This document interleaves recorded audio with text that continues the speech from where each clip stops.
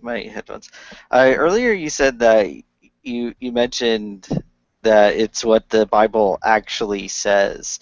I'm interested to know why, like, how do you know that you're saying what the Bible actually says? I can read words on a page. If you want me to read the Greek to you, I can do that. And actually, Well, the thing is that the act of interpreting any type of communication is. I don't know what you're saying because I can't interpret it. I can't really understand words that are being spoken to me. Okay, so let me finish what my whole statement was. So you're saying Christians can't read words on a page in context?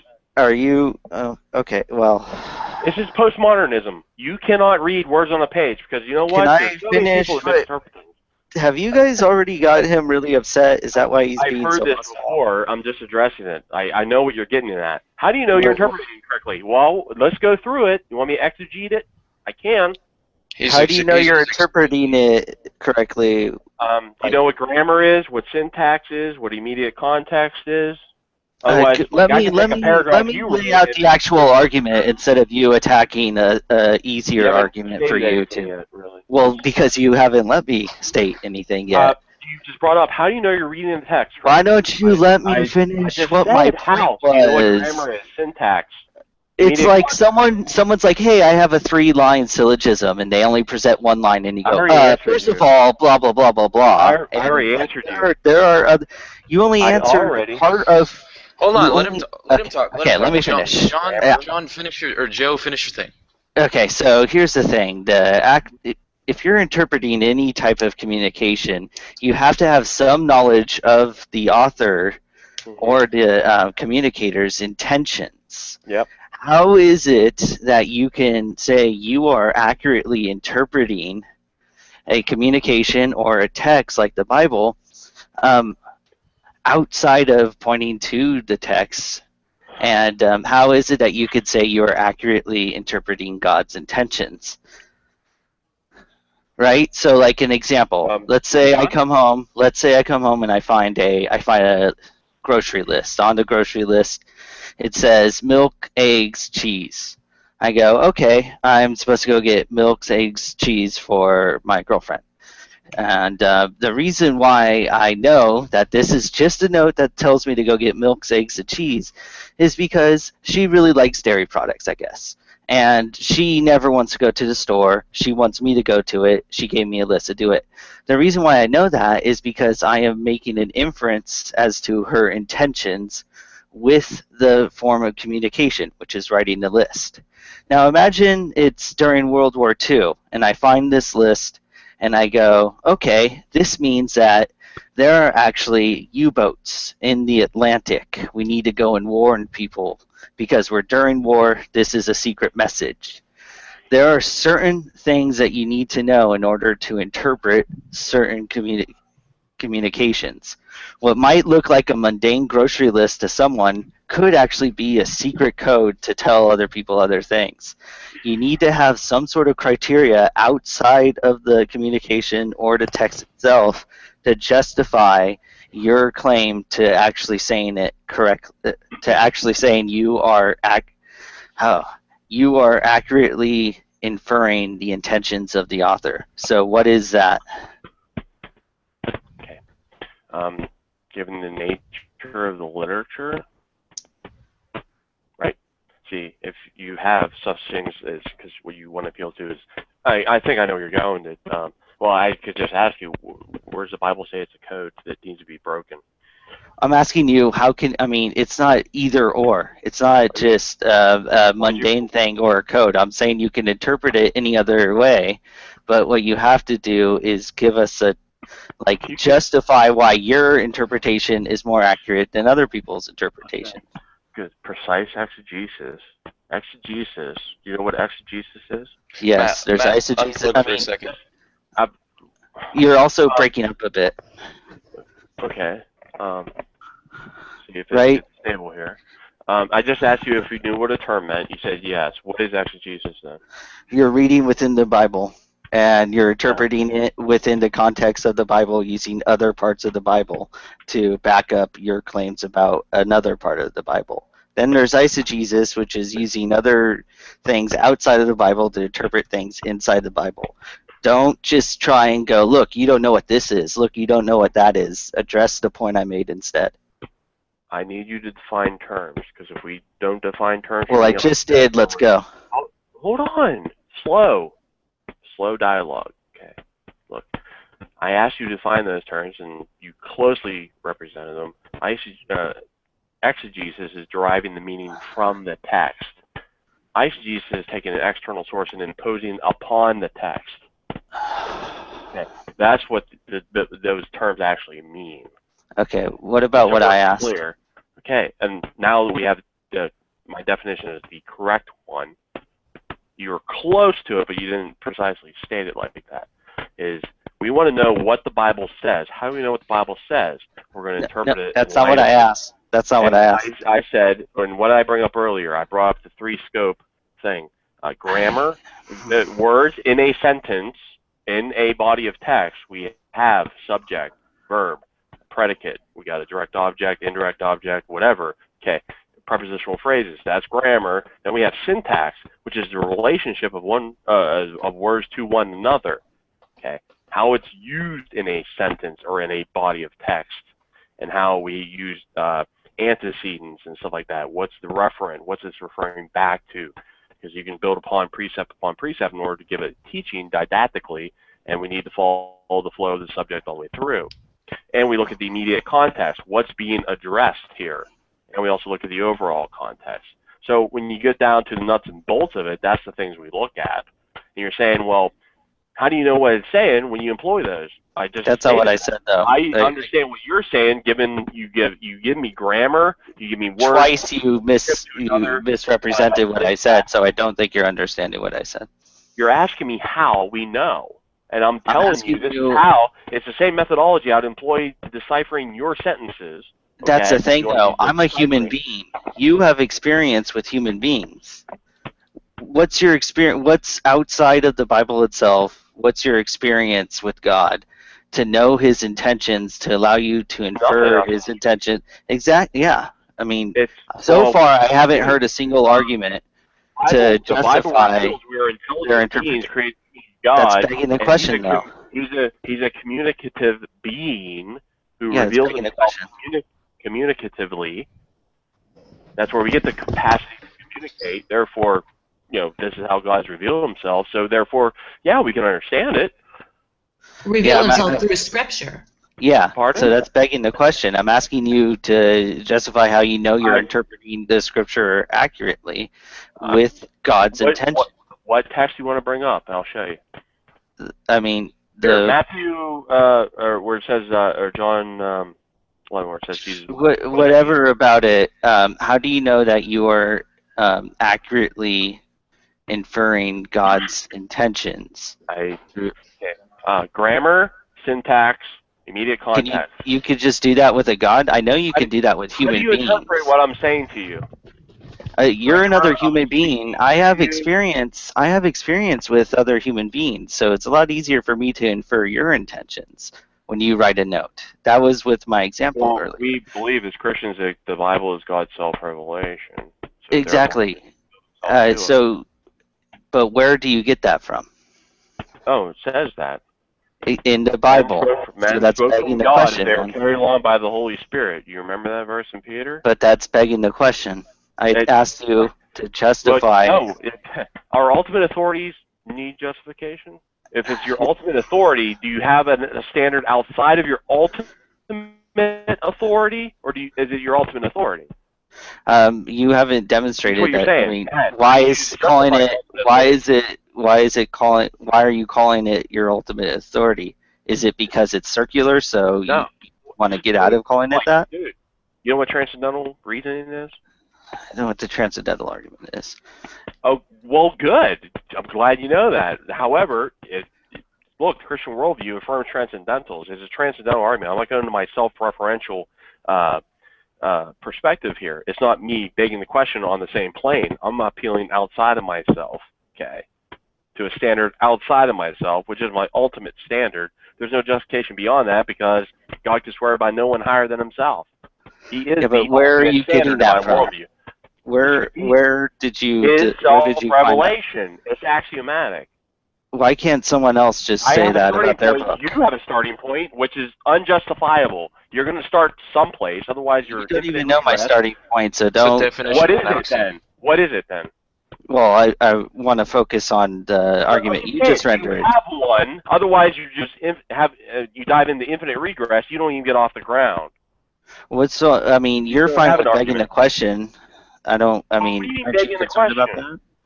Yeah, you're saying Hold on. why is okay? Go ahead, John. I have a question.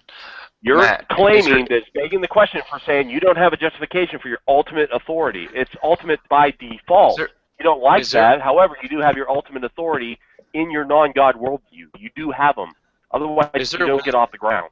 Is there a way that you could continue to argue specifically on the point of interpretation and how you go about it without going into the transcendental argument? Without going to what? Is there a way that you could stay on that specific point about interpretations that he was getting at without going into the transcendental argument? I already laid that out. He's the one who went transcendentally because he's challenged me on my ultimate authority. That's the reason why, just stating that. Not getting into that, but that's the answer for that. You haven't explained. What I brought up was grammar, Greek grammar. Okay, New Testament was written in Greek. The Old Testament is written in Hebrew. We have grammars. I could pull them right off my shelf here and show you basic first year Hebrew grammar and Greek grammar. I can go beyond that too as well. Second year grammar and syntax. It only pertains to humans, about those issues because how do you understand communication? You have grammar, words built upon that, and then you have syntax, the relationship of words to one another. Oh, wait, I thought you said this wasn't even intelligible from your worldview. I can understand it's intelligible because God's a communicative being. Yeah, but you got that from. I have account for communication.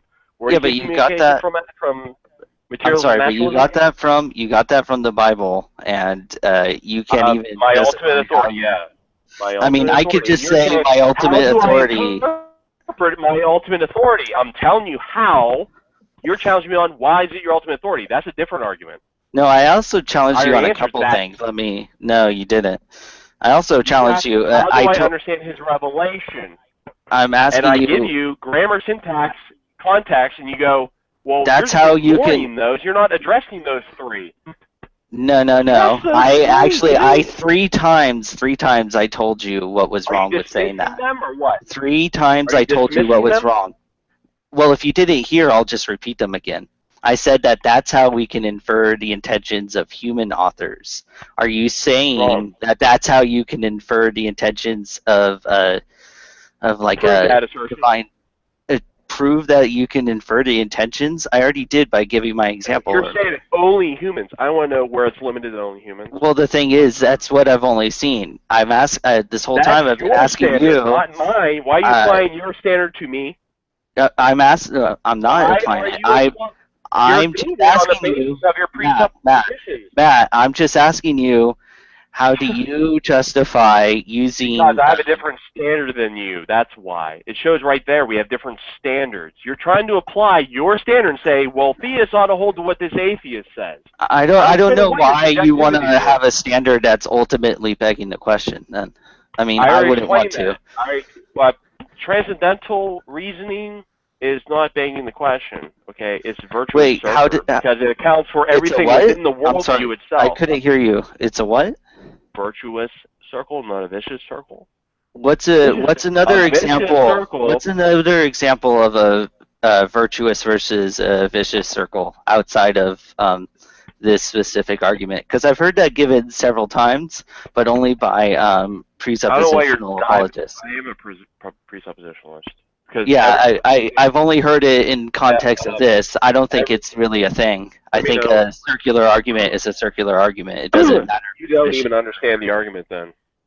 I'm asking you things so I can understand. I haven't even got a chance to explain it because you keep pressing on this issue. You're off the text of the Bible. You're on to presuppositionalism now. How many times do you want to change the topic? I want to know. You're the one who brought up vicious versus virtuous circularity, and you keep on interrupting me. You keep on interrupting me. Let me. Topics you bring up, and I have to address. Hold on, one at a time. Look, John. Look, Look, this is I'm asking you how you can interpret off the original topic. You keep red herring it to death. Matt, it's not my fault that you begged the question, and I tell you that. It's not my fault.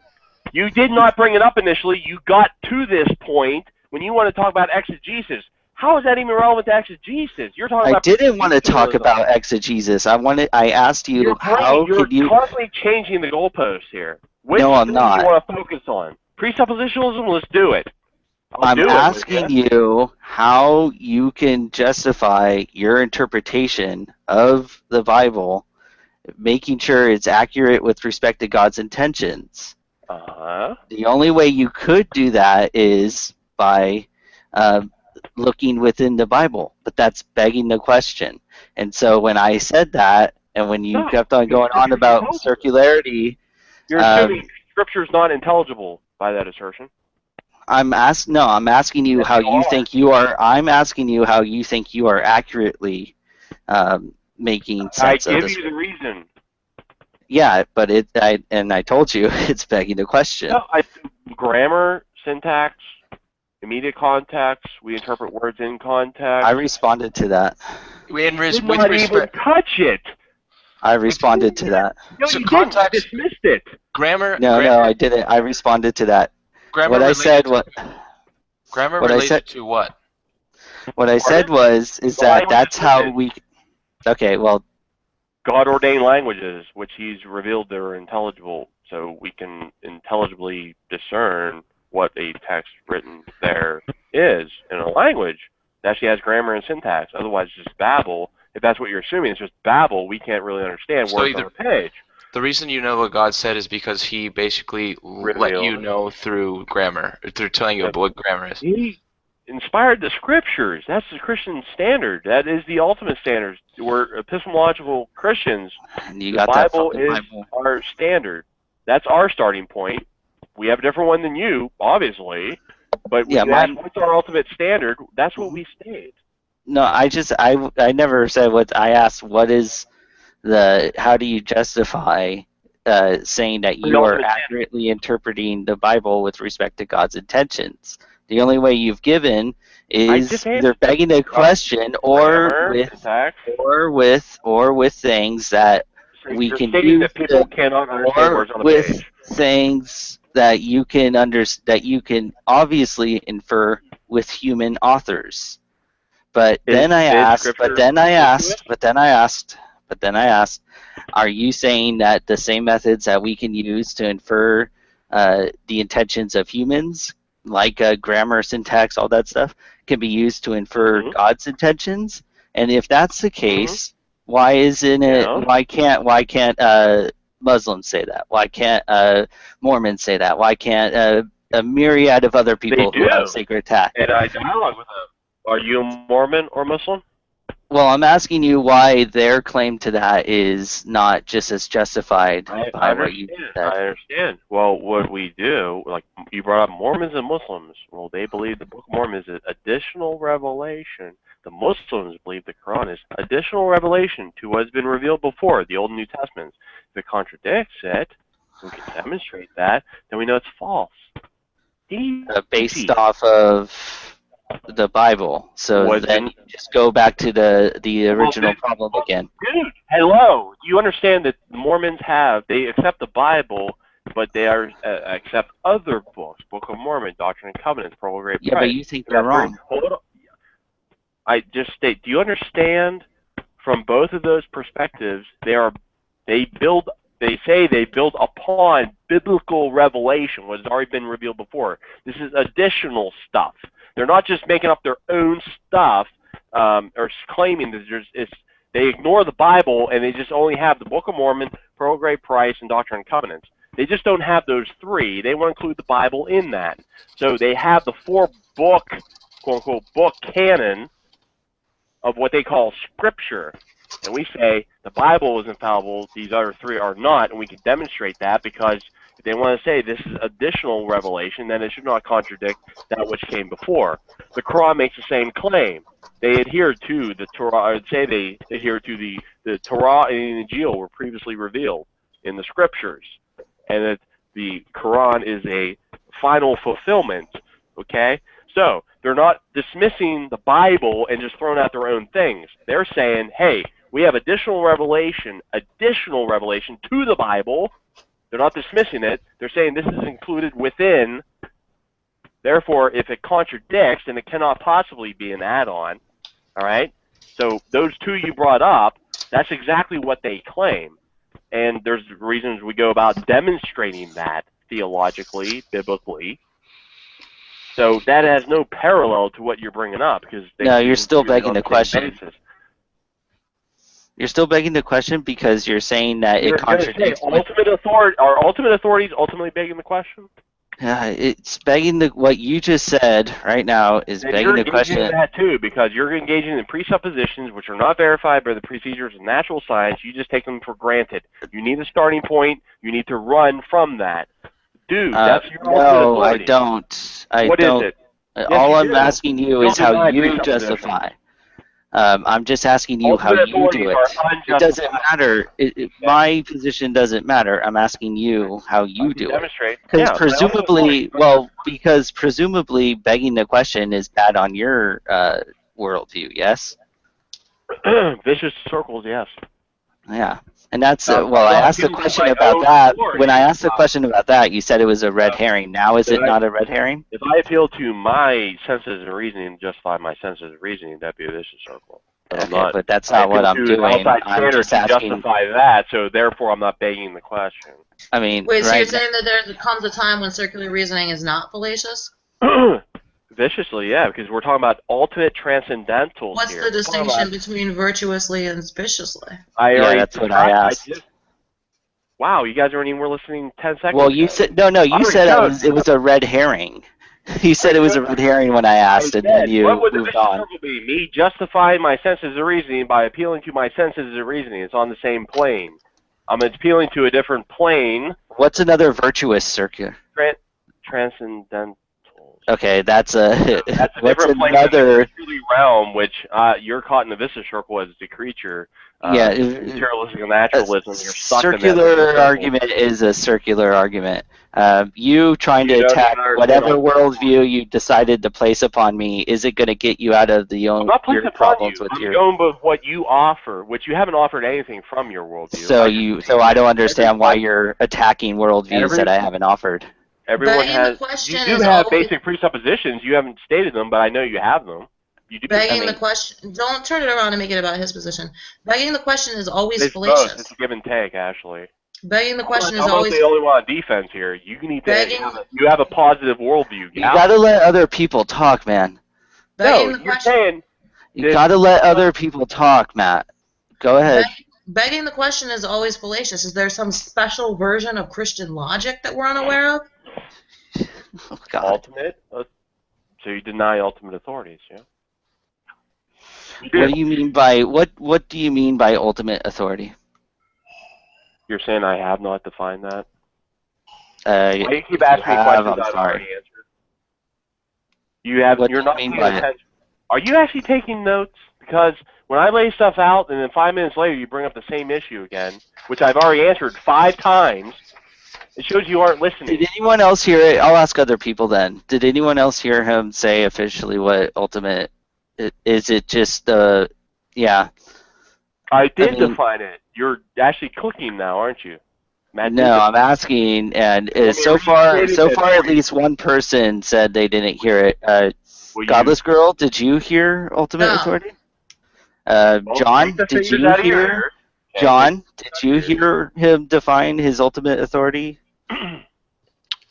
No, he would basically just say that his presupposition would be God. That'd be his ultimate authority. That's what I figured, but I wanted to make sure that I knew what it was, so that's why I asked him. But he apparently is adamant that he said it, and that me, you, Eric, and Godless Girl just aren't paying attention.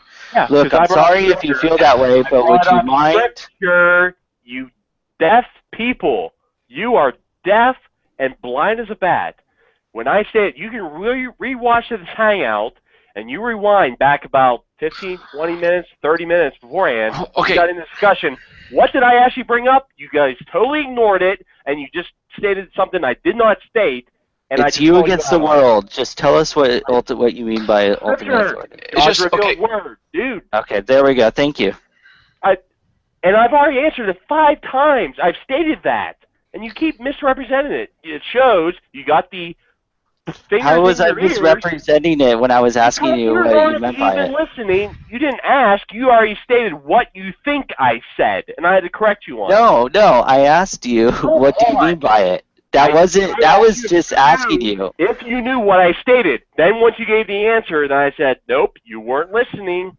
No. I just asked you. You were talking with Godless Girl, and then I asked you. The 6th time when I've already answered it 5 times beforehand. Okay, it's real simple. That's why I said, do you know what I stated 5 times? Well, No, most Matt, circular arguments are really kind of simple, I suppose.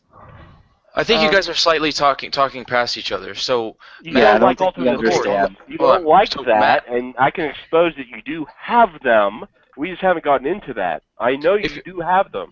if you're making an argument starting with God, it definitely comes off as circular. But whenever you're starting with like the presuppositional argument, you're using God as you're saying almost every argument is based on presupposition. How did you know I wasn't going to continue on and you were going to agree with me later? Why won't you, Matt? You got to let people finish their sentences. Go ahead, John. You need to represent people accurately. How do you know? I was about to. John, I do let people finish their own sentences. Go ahead, John. Okay, so I love how you put the moral odd on me. Am I obligated to you then? I didn't say at all. Go ahead, John. Okay. Said I should let people finish their. I mean, really? you just said. I love the dictation. Yeah. In Matt's defense, you did say you gotta let people finish their sentences. But you have to talk on 2 separate levels. You gotta let. Don't stop spitting that stuff out then. Okay, you can't. You bring up vicious and virtuous, but you haven't given another example of what could be a virtuous circle. No, you just said I had to bring up one. Now, how many do I have to bring up? Well, you haven't brought up one, so I'm afraid to ask you to bring up more because you don't seem competent. Wait, which one did I bring up? If you were actually paying attention. You said transcendental. No, wrong. I said here's an example of a vicious circle. A person. I asked virtuous. Virtuous. You didn't even hear what I said 5 seconds ago. Here's a contrast. I'm going to bring up the vicious and then contrast with. I'm going to bring up the. I'm going to not answer your question and be condescending, and hopefully I'll get away with dodging your question. That's. Hey, you gotta let him finish his sentence. Let him finish his sentence. For your own Joe. standard, can I finish my sentence? Okay. I brought up example of a vicious circle so that you see the contrast between a vicious circle and a virtuous circle. I stated, here's the example of a vicious circle. On the same plane, okay, self-referential standpoint that the atheist, the materialistic naturalist, appeals to their senses and their reasoning in order to validate their senses and reasoning. They're appealing to themselves. No, we assume that they're true. We assume that they're true. It's a vicious circle. No, it's not. No, it's not. How is an assumption circular? How is an assumption circular? Hey, you guys. Assumption circular? I'm waiting for him to actually answer my question. So presuppositions are circular, but you appeal to yourself as a creature and say this is self-referential. No, they're not circular because you're not trying to prove your presupposition. You're trying to hold on. You gotta is your senses and reasoning valid? You appeal to they just are. Okay, but we're not proving that our assumptions are true. You are. That's the difference. We're assuming them, then moving forward. No, because when I ask you to back up, you say, well, I have quote-unquote verification from other minds. What? No, if you ask me who how said I know, that he's arguing against like some position that no one. I mean, John, did you say that earlier? Your senses and your reasoning are infallible. If you ask me how I know my reasoning, if you ask me how I know my reasoning, it's valid? If you ask me how I know my reasoning is valid, my answer is I don't know it. I assume it. We're not trying to. You're automatically correct. Hold on, real quick. We're not. Okay, here's the difference. Our starting. We're assuming things and moving forward from there. We're not trying to prove our assumption. Now, on your side, you're starting with God and moving forward, but ultimately, the whole structure of it is to prove God. But you're on the same plane as yourself. What you're appealing to, your own self-reasoning and, etc. Your reasoning and proper inference, stuff like that. I'm appealing to an outside source to account for that. You're not accounting for it. No, you're not accounting. You're assuming it. You're assuming it too. What's a presupposition? Because my assumption is not self-referential to me. It's outside of you. It's transcendental, exactly. Transcendental circles are virtuous circles because they're encapsulating the whole worldview, even accounting for the things we are doing, which you don't want to even account for. You just assume them as true. I'm saying these things account for the preconditions of intelligibility, which you guys don't want to touch. It depends. For it to be circular, it depends what you're necessarily arguing for. If you're saying, I'm starting at axiom X and moving forward from there and constructing a worldview. My argument is the preconditions of intelligibility. That's the presuppositional, quote-unquote, presuppositional argument from the Christian worldview. But every argument is a presuppositional argument because atheists argue presuppositionally. We both have them. I didn't say we didn't. If your argument is to say, here's the Christian worldview, and here's what flows from that, if that's what you're saying, it's not circular. But if you're saying, I'm going to presuppose God, here's the Christian worldview, therefore God, it is. So it matters what you're trying to do here.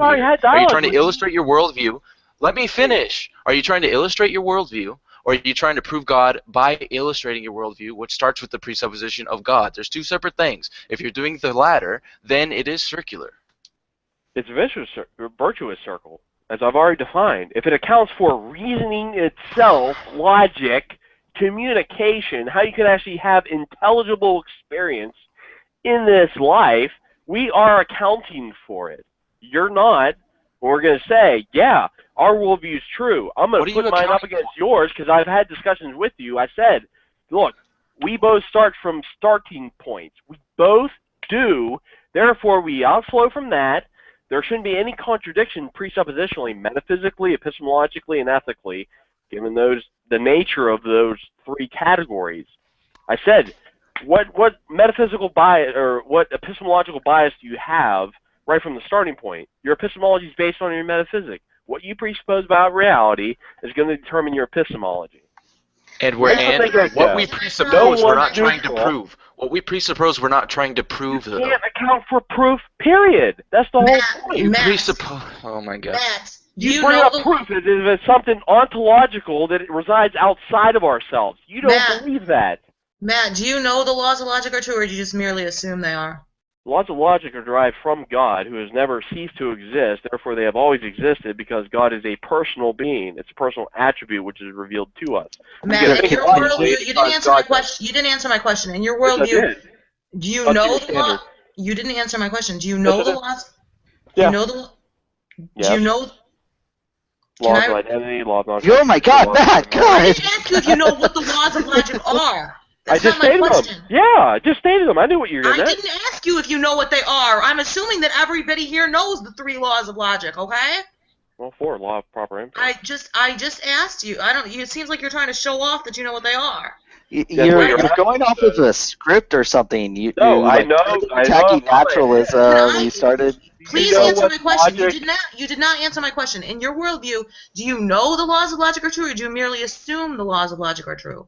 No, given my worldview, because I'm talking about the preconditions of that intelligible experience, which you have yet to account for.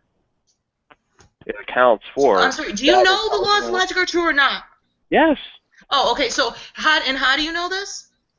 Because I start with my ultimate standard. Do ultimate standards need justification? Like, what accounts for that? It's God revealing Himself from my world. So because God revealed it to you, right? Okay. Absolutely. Okay. Let me respond, please. How the fuck do you know? In order to receive this revelation, you have to know. You're presupposing the laws of logic are true. How the fuck do you know the laws of logic are true before you get the revelation? My origin. It says God created man. How do you know the laws of logic are true before you receive the revelation? Because He created man in His own image. How do you know that? As an intelligible creature, given my Hey, you're presupposing the laws of logic are true in order to receive the revelation. The epistemology backs up my metaphysic. Look, They I'm don't stepping into your contradict. worldview. They actually account for my epistemology because God metaphysically. Okay, hold on. Matt, finish your thought real quick. Because my epistemology backs up my metaphysic. God's revelation reveals His metaphysical ontology. In reality, okay, He has revealed epistemically to us what His metaphysical ontology is. So we know that He's creator, we're creatures. All right, go ahead. It's completely coherent.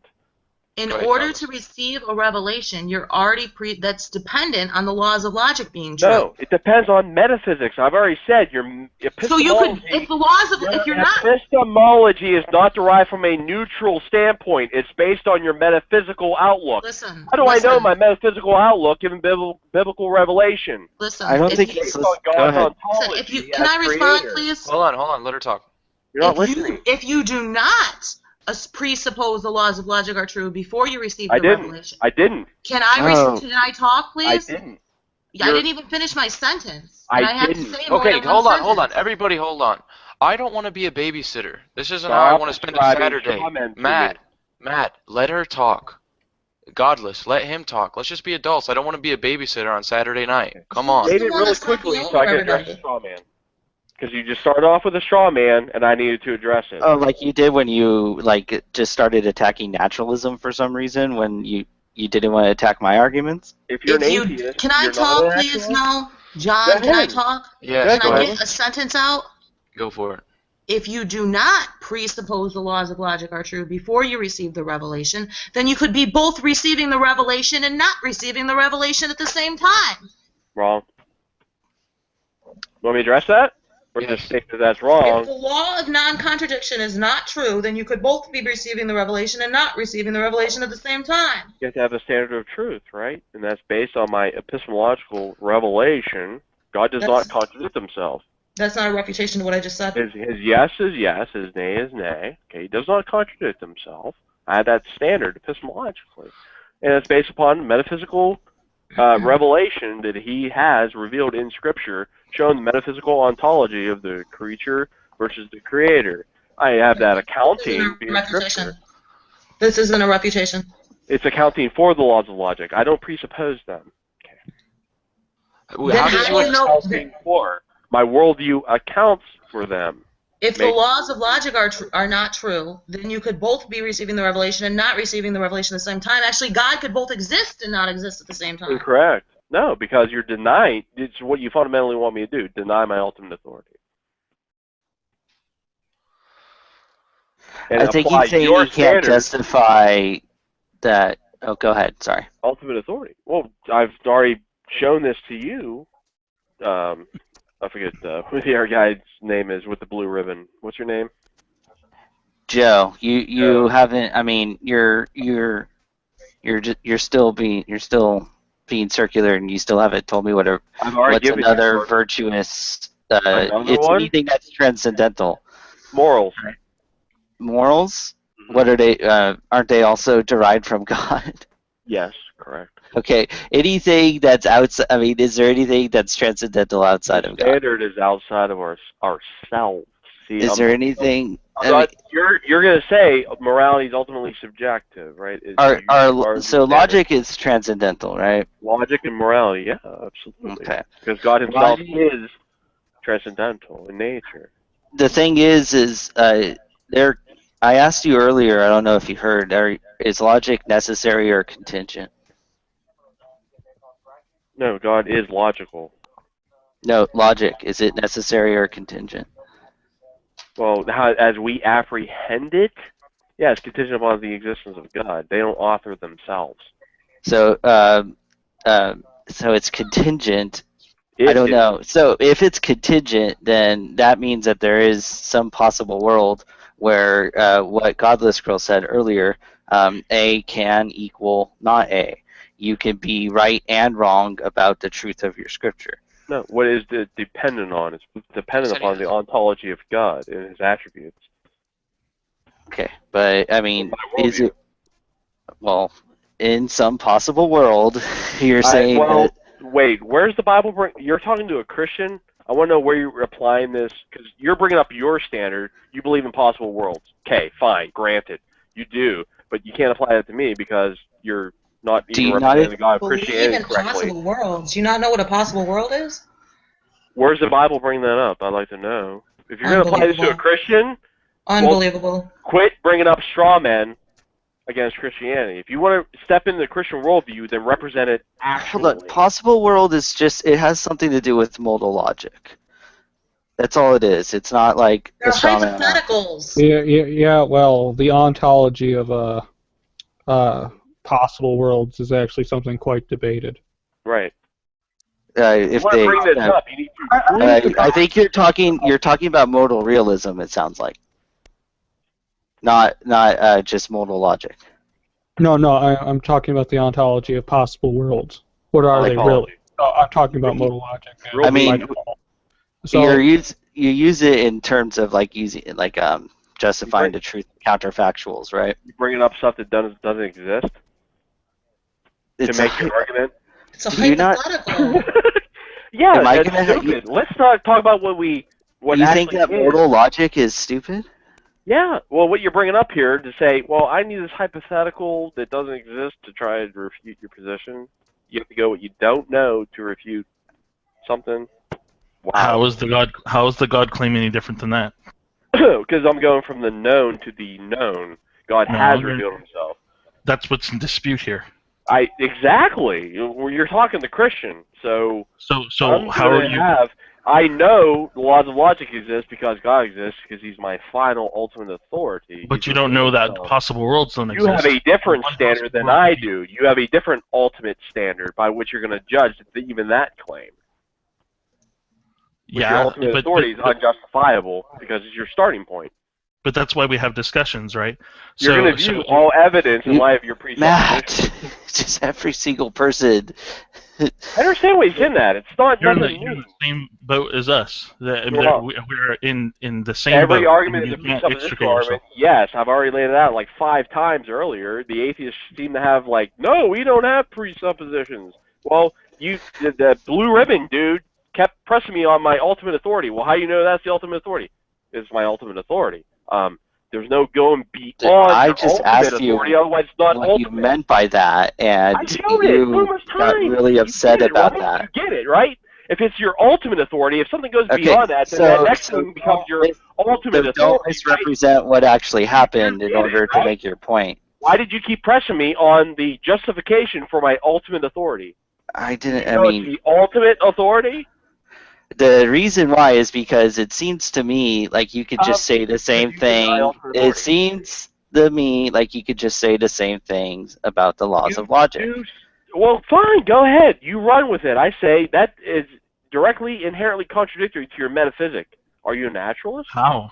Or are you a dualist? It doesn't matter. You think that I was using... Epistemologically, you have the laws of logic. What did I say?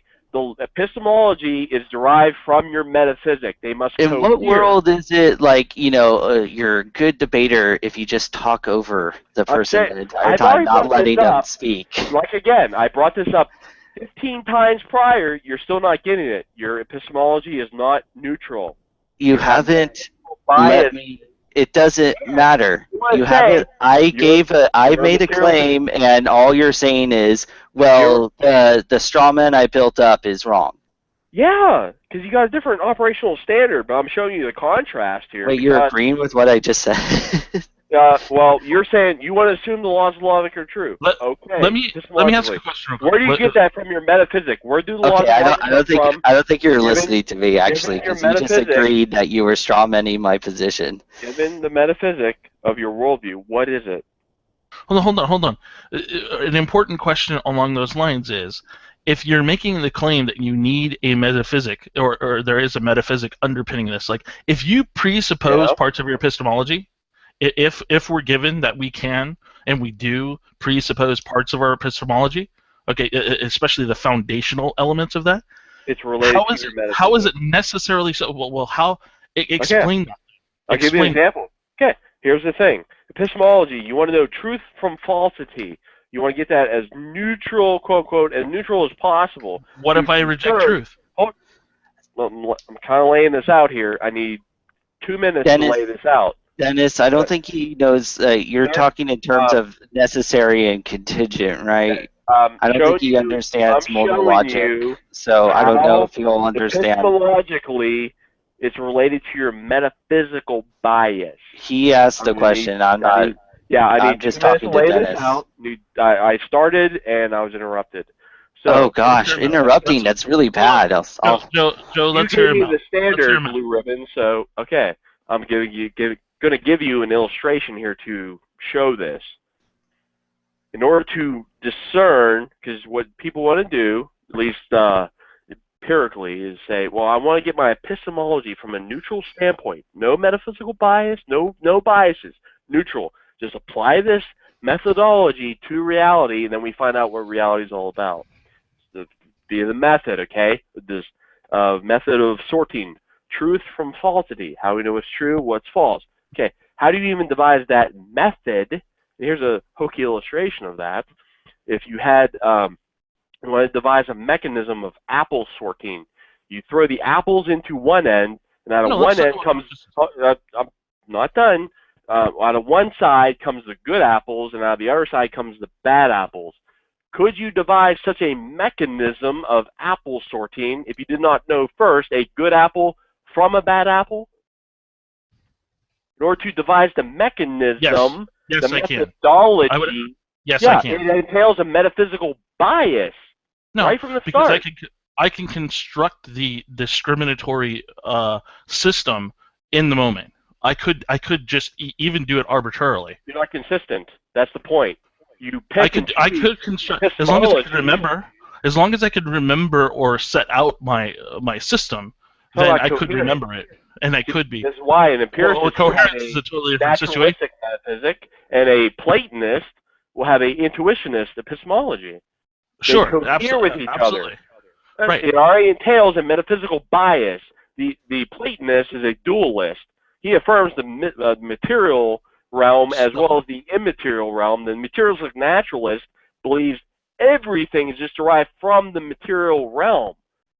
Right. They're two different things. But right. The only reason they're an empiricist is because they presuppose materialistic naturalism, or the intuitionist presupposes reality is two things, not materialistic monism. Can't you just accept conservatism? All reality is two. Metaphysically, you already got two contradictory things. One says it's all one says it's two. Which is it? But you presuppose theism, so how are you... Exactly. I have revelational epistemology that accounts for metaphysics. God ontologically, metaphysically exists. Materialists have revelation too, because reality exists, and it doesn't revelation? Let him finish. Well, I'm just saying. You have... Well, let Matt finish. No, you, Dennis. I couldn't hear the last part. From your standpoint, I want to know how you use that term. Well, we haven't defined revelation, so I can just throw things ad hoc out there too. So here's the thing. Okay, well, since you missed the I know conversation, I kind of know your concepts of revelation. Okay, but want me to the Bible. Well, you can stay. I'll shut up in just a second. You can restate it if you really want to. But the thing is, like, well, yeah, but like. You haven't really done a good job in the past of defining your revelation from the Bible and how that coheres to reality. You haven't asked me yet. No, but I've been in hangouts with you before where you've laid that out. I'm stating here, and I've already shown you, and you agreed with it. Epistemology has a metaphysical bias. I'm shutting up. If you want to make the case, go for it. You agree with that, right? You agree with that? Well, if you go one by one and I'm able to respond to each one, perhaps then... I just asked you a question. I just asked you one for an answer. Oh, I'm sorry. I apologize. I was trying to kind of formulate how you were doing this in my head. So please say that one more time again, because it sounded like a simple sentence. Okay. When I laid that out, do you agree that epistemology is not neutral? It has a metaphysical bias. On some level, sure. Yeah. Okay. Thank you. That's all I was asking on that point. Agree. Yeah. I appreciate you answering that respectfully. So. Therefore, yeah, we do have our epistemological starting points, and they are based on our metaphysics. They are inherently linked. They must cohere with each other. Now, look, I understand the empiricist has a naturalistic worldview. They should, but they don't have to. They should, yes. Otherwise, you're just inconsistent.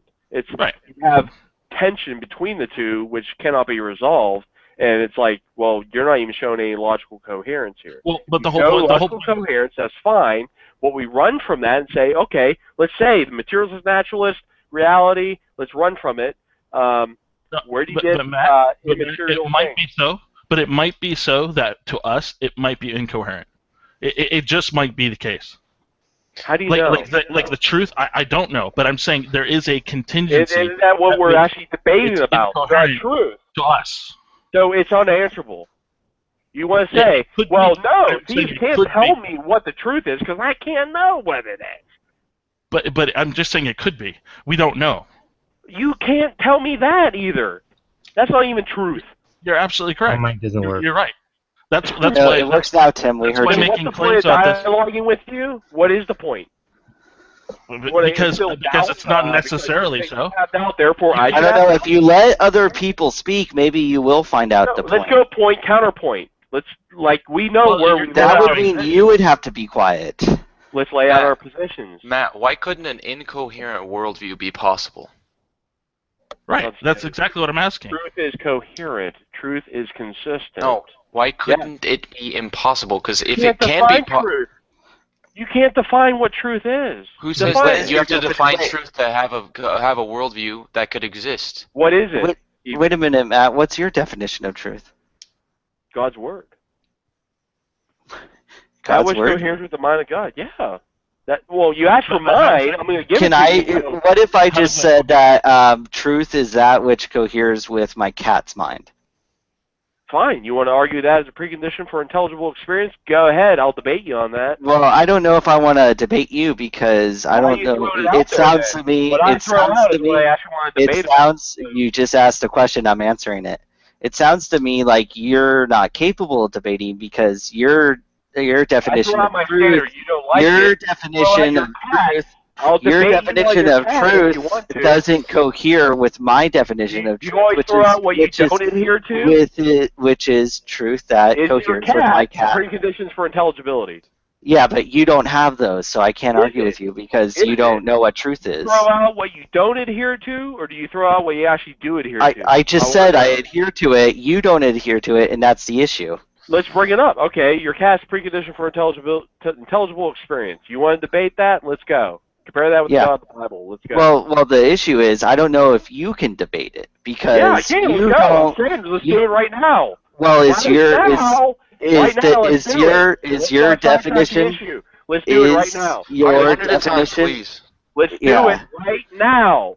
I know. I'm asking. Matt, you're yelling. Stop. Matt, you're going off topic. You brought this up. You want to debate that? Let's do it. I want to debate truth. I start talking about truth, and you say I'm going off topic. Can you hear? That's my. Yeah, that's. Let's debate it. Let's debate it then. Yeah, I think that your definition of truth is false because truth is that which coheres with my cat. Okay, let's discuss that. That's your standard. Okay. Well, ultimate standard. Let's debate that out. Let's ferret this out. It doesn't start with, my ultimate authority versus yours, and that's just it. We discuss things. Okay. How does your cat ontologically account for the nature of logic and rationality, transcendentally covering all time and all places, and the laws of morality, all times and all places, given it's an absolute standard that people ought not do this or ought not think this way irrationally? Please explain that for the audience that is listening, since your cat is the ontological precondition for intelligible experience. Let's see your justification for that. My cat is the ultimate authority. Given attributes, see, I don't just appeal to that. My revelation entails attributes which are given to God because He self-revealed them to us, so that we know what His ontological nature is. I can do that. I want to know if you can do that from your worldview. Well, that's the thing. I don't think you can do that because. Well, hold on. I let you speak. Let me speak. I don't think you can. I don't think you can do that because your concept of truth is not that which coheres with my cat. your standard, okay, and I'm saying ontologically, you're not giving an ontological argument here. Yeah, truth derives from my cat. Is your cat omnipresent? See, I don't understand how you can even justify asking these questions, because your standard of truth is not that, the only way you can is if your understanding of truth is that which coheres with my cat. Yeah. I mean, if it is, then you concede to... And a cat is what by definition? A cat is the source of truth. No, ontologically. It is a cat is truth. Say pixies instead of cat. the pixie cat. There you go. You really believe this? You'll actually engage me in formal debate in a public place setting in front of the audience, and you'll put this forward as your position. You're an atheist, and you're putting forth your cat as the ultimate standard. Okay. Okay. You really want to do this?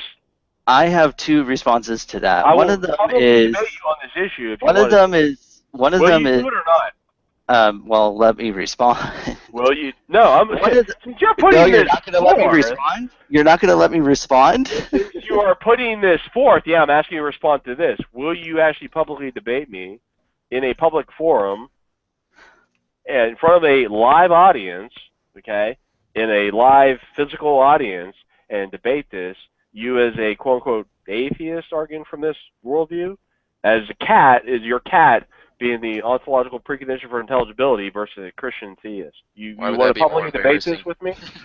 I wouldn't know if you were going to actually hold to the hilt on this and you would actually do this, or you just bringing this up as some absurd illustration that you would not even publicly debate this physically in a public setting with a Christian theist.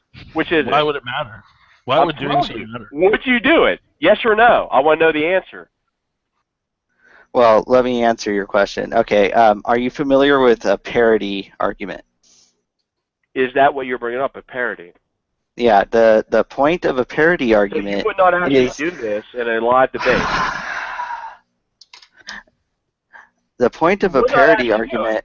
Excuse me, I was talking. The point of a... Excuse me. Let him talk. Let Joe talk. I was letting you speak. I wasn't interrupting you. Would you like me to parody the atheist worldview? If you could show that the atheist worldview is incorrect... Would you like me to parody it? Yes. Would you? Not right now, though, because I would like to finish my... refuting atheism. Would that be? I mean, if it's as devastating as what I'm doing to your worldview right now, I would love it if you could do that, because I want to have the best worldview. I'm already showing you it. Given you can't even do these so far you haven't. I mean, I don't even know how you can, because truth is that which coheres with my cat, and your that's not your idea of truth. That's not your truth. You said it's a parody. So, do you know what this is an argument? Not from what you don't believe. Give me a positive worldview. Well, this is why I wanted to explain what a parody argument is to you. If you say that's your standard, I said, will you actually defend this? I wanted to tell you what a parody argument is. So you don't believe you're a parody? The whole point. Do you know what a reductio ad absurdum is? Do you know what that is? A reductio absurdum deals with what a person actually does profess, and holds to intellectually, honestly. If you want to be a liar, tell me what a reductio ad absurdum is. Tell me what that is. I don't think you know what it is. Cogently, from what you actually do believe, because I can do a reductio absurdum on what you actually do believe and what I actually do believe, and I can reduce your worldview to absurdity. I don't have to appeal to parody. I'll say, well, if you believe in materialistic naturalism, where do you get laws of logic from, ontologically? Where do you get them from? You have the magic atheist miracle, the poof. Well, somehow it became sentient and began thinking rationally. Don't know how it actually happened, but I'm the empiricist. But, well, I'll just dive from that epistemology. Are you having an argument with yourself? How is God